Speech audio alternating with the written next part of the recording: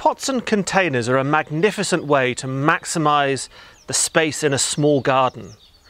Plant them up with ornamental plants, perennials, small shrubs, fruits, herbs, vegetables, and you really can make an awful lot from a small space.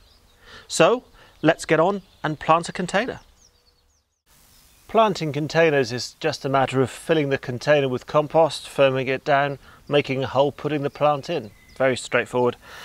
If you're planting small plants such as those strips of bedding plants you often get from the nurseries, then the dibber is the perfect tool for the job. Just poke a hole and pop the plant in.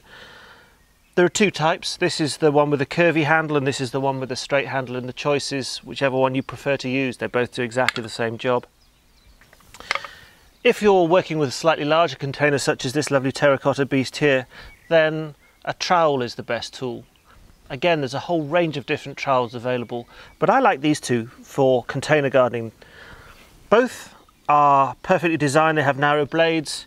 This one's narrowest and probably best for small plants, and this one's great for medium-sized plants such as the hosta. And what I like about these is they both have a very nice story attached to them.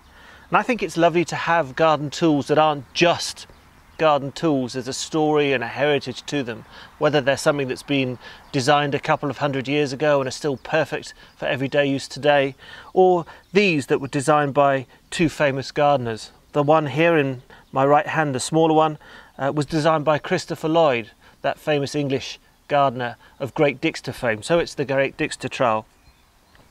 This one here with a slightly more scooped blade, this is the Arenz trowel, named after the famous nurseryman from the turn of the century in Germany who won gold medals all over Europe with his plants, his perennials. So it's nice to be gardening with a tool that has been designed by a professional and also has that story, that heritage with it. That gives just a bit of extra to the gardening. And if you're using them, it's very simple. You just make a hole and pop the plant in. As I said, the Great Dixter trowel is perfect for small holes. If we're making a slightly bigger hole for the hosta, this one is just the job. So I say this is just a very straightforward task. Make a hole, pop out the plant, in the hosta goes, gently firm the soil around it, and then we can add some aubrieches around the front just to give a splash of colour. That's simple.